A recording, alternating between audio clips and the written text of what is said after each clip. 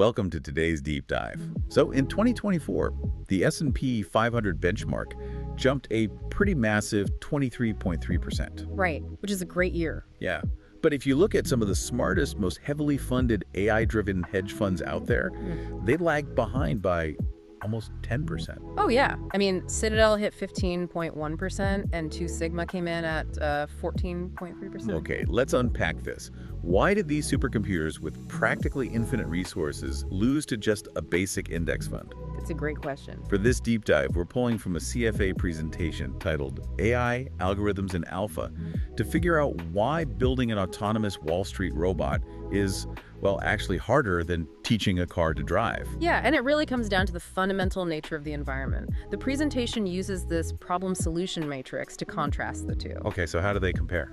Well, self-driving cars face this incredibly complex, but ultimately entirely static physical challenge. The laws of physics just don't change because your software figure out how to navigate an intersection. Right, like a stop sign is always a stop sign. Exactly. But the stock market isn't static, it's an adversarial treadmill. So the moment you start running, the ground actively moves against you to make you fall. Oh, wow. And I guess that treadmill effect is the exact reason those massive AI funds underperformed recently. Yeah, because the market is a reactive environment. The very second an algorithm uncovers a winning strategy, others just immediately copy it. So that competitive edge, it just decays instantly. Right. There is no finish line, only a survival loop. Wait, I'm stuck on this.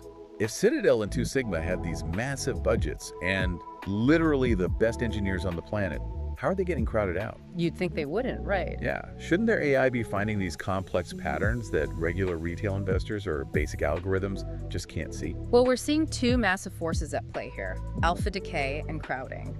When every major institutional fund has access to the exact same massive computing power and data sets, they end up building basically identical AI models. Precisely. Those models spot the same hidden pattern and try to execute the exact same trade simultaneously. They effectively crowd each other out of the profit margins. So the math itself is just becoming a cheap commodity.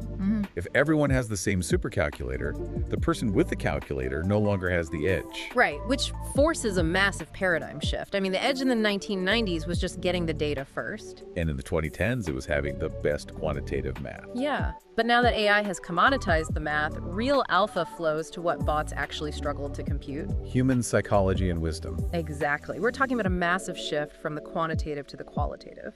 But how does a computer actually measure human psychology? Yeah. Like in the past, we had basic sentiment analysis, which was basically just an algorithm tallying up whether Twitter users were typing happy or sad words. Sure, that was step one. Then we moved to natural language understanding, where the AI could grasp the context of a sentence. Right. But what the CFA presentation highlights is the arrival of true narrative intelligence. What does that mean in practice? It's not just reading the room. It's improving your signal-to-noise ratio by tracking the velocity of a market story. It maps how an idea spreads and mutates from a fringe forum to mainstream financial news. Like the GameStop meme stock short squeeze. Pure math couldn't predict that. The human narrative drove that entirely. Totally. But let's look at the Microsoft and Palantir earnings drop that was mentioned in our sources. Retail sentiment online was overwhelmingly bullish about chips. So why did the stock drop, and why did the AI completely miss it? So pure AI models had a massive valuation blind spot there.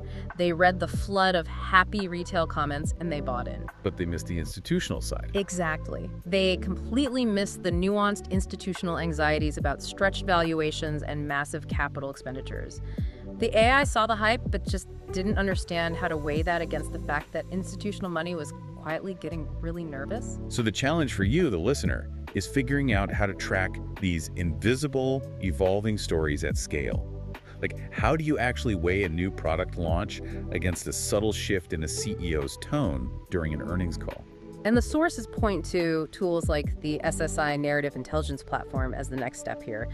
The demo they showcased wasn't just about an AI spitting out a buy or sell rating. Right, it's about human and AI collaboration. Yeah. The user is querying hard financial metrics, like earnings and buybacks, and the AI cross-references those with non-financial events, like a sudden leadership change. Oh, and it shows you how the narrative around those events is mutating across different platforms in real time. Which fundamentally transforms your role as a financial professional. You are no longer the person digging through the noise to find the signal. because the AI does the heavy lifting to find the narrative. Right. You become the circuit breaker.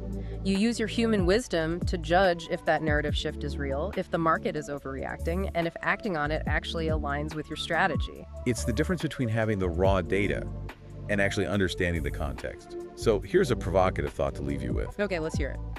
The sources predict that by 2030, AI agents will be running fully autonomous portfolios, executing trades instantly based on these commoditized math models. Right. If AI levels the playing field so perfectly that the math no longer matters, do we eventually reach a point where the stock market stops reflecting a company's actual physical value entirely?